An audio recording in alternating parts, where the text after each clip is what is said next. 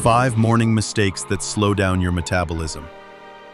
Do you start your mornings with energy, or do you feel like a zombie until noon? Your morning habits might be slowing your metabolism. Today, we'll uncover 5 common morning mistakes and how to fix them. This is educational, not medical advice. Skipping breakfast can signal your body to conserve energy, making it harder to burn calories. After hours of sleep, your body needs hydration to kickstart metabolism. Water comes first, not caffeine. Even light stretching or a short walk can wake up your body's calorie-burning process. A sugar-heavy breakfast spikes your blood sugar, then crashes your energy levels quickly. Stress hormones in the morning can slow digestion and metabolism.